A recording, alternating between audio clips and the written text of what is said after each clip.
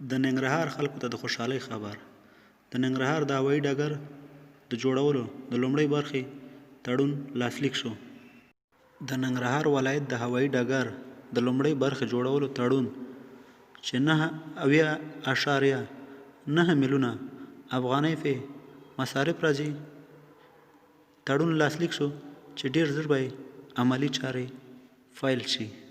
د هوایي چلن ادارې ویل چې په لومړي پړاو کې به حیاته برجونه او نور چارې بشپړې کړي چې د جوړولو مسؤلیت هم افغان ګلوبل اپریشن شرکت ته سپارل شوی دی. د یادې ادارې مشر محمد قاسم وفازاده وایي چې د ننګرهار هوایي ډګر به د کابل د حامد کرزي نړیوال هوایي ډګر په شان جوړیږي. همداراز ویلي دي چې د ختیځ ولایتونو محصولات به هم له دې هوایي ډګره بهرنیو هیوادونو ته انتقالیږي.